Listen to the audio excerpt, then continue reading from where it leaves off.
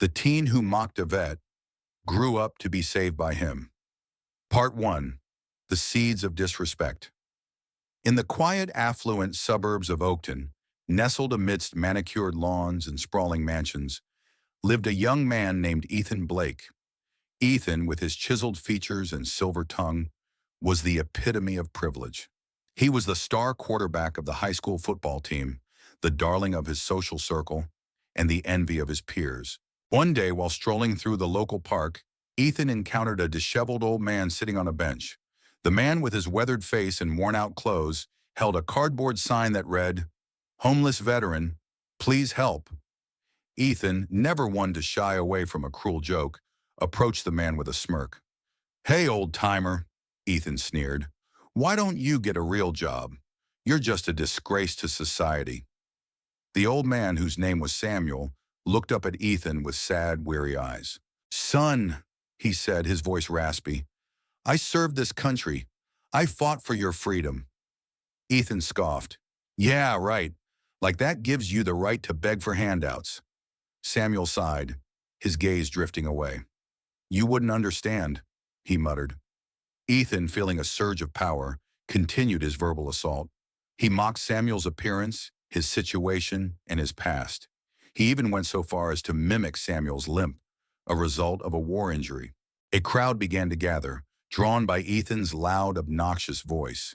Some onlookers chuckled, amused by Ethan's cruelty. Others shook their heads in disgust, but no one intervened. Finally, Samuel, his eyes filled with a mixture of sadness and anger, stood up. He looked at Ethan, his gaze piercing. "You think you're so tough, don't you?" he said, his voice trembling. "But you're nothing but a spoiled brat. You have no idea what it means to sacrifice, to suffer, to fight for something bigger than yourself." Ethan, momentarily taken aback by Samuel's intensity, hesitated, but he quickly regained his composure. "Whatever, old man," he said, turning to walk away. "You're just a loser." As Ethan walked away, he could hear Samuel's voice behind him. "You'll learn, son," Samuel said. "You'll learn."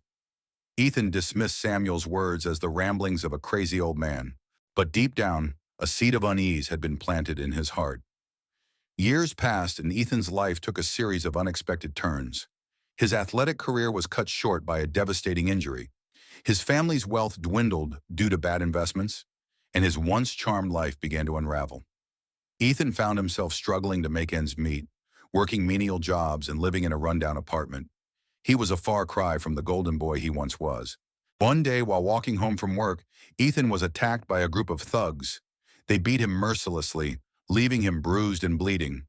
As they were about to deliver the final blow, a figure emerged from the shadows. It was Samuel.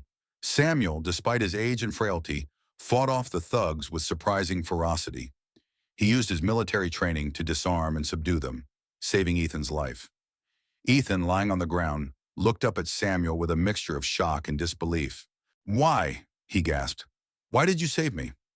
Samuel knelt beside Ethan, his eyes filled with compassion. "Because," he said, "I know what it's like to be down. And because," he added, a hint of a smile playing on his lips, "you'll learn, son. You'll learn." Part 2. The Weight of Gratitude. Ethan, recovering from his injuries, found himself haunted by his encounter with Samuel.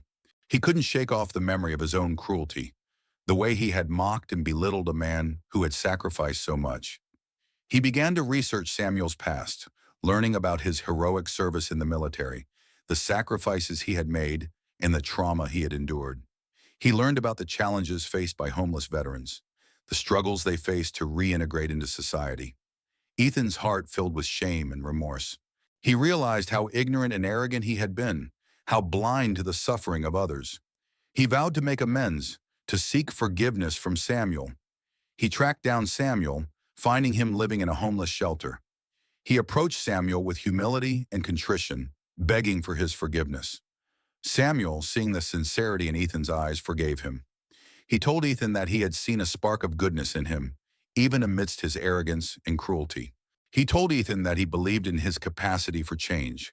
Ethan, overwhelmed with gratitude, vowed to dedicate his life to helping homeless veterans. He volunteered at the shelter, organizing fundraisers and raising awareness about the plight of veterans. He also sought to educate others about the importance of respect and compassion, sharing his own story as a cautionary tale. He spoke at schools, community centers, and even on television, spreading a message of empathy and understanding.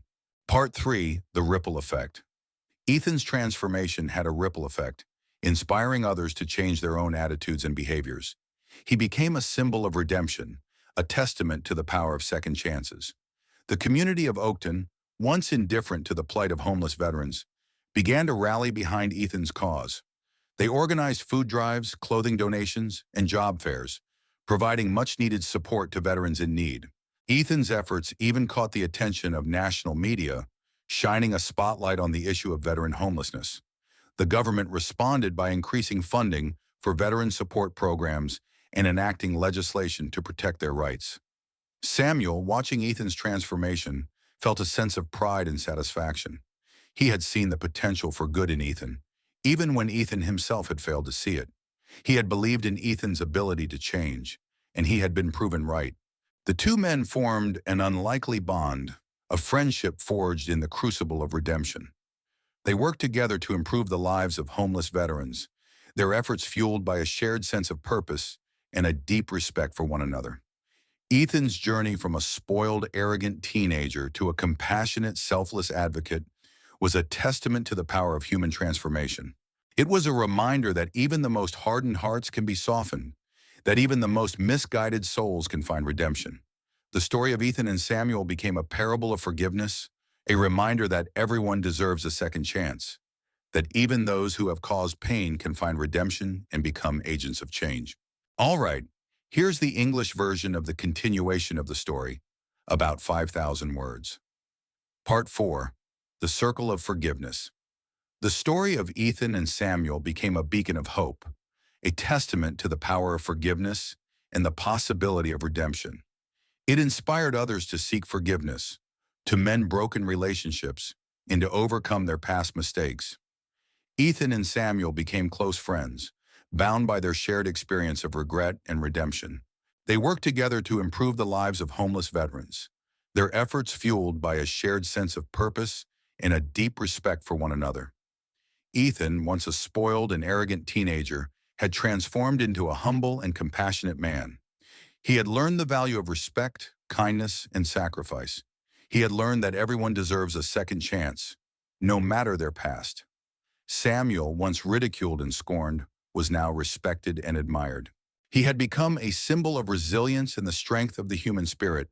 He had proven that even in the most difficult circumstances, forgiveness and redemption could be found. Their story spread throughout the community, touching the hearts of those who had lost hope. It reminded them that it was never too late to change, to make amends, and to make a difference. Part 5, the Legacy of Compassion. Years passed, and Ethan and Samuel continued their work, fighting for the rights of homeless veterans. They became tireless advocates for those who had sacrificed so much for their country. Ethan used his platform to raise awareness about the challenges faced by homeless veterans. He worked with lawmakers to improve veteran support programs and lobbied for policies that protected their rights. Samuel dedicated his time to helping homeless veterans directly, providing them with food, clothing, and shelter. He became a friend and mentor to many who had lost everything. The story of Ethan and Samuel was told in books, movies, and other forms of media. It became a parable of forgiveness, compassion, and the power of second chances. It served as a reminder that everyone is capable of change, that even those who have made mistakes can find redemption and become agents of change. And so, the story of the teen who mocked a vet only to be saved by him continued to be told, inspiring future generations to treat one another with kindness, respect, and compassion.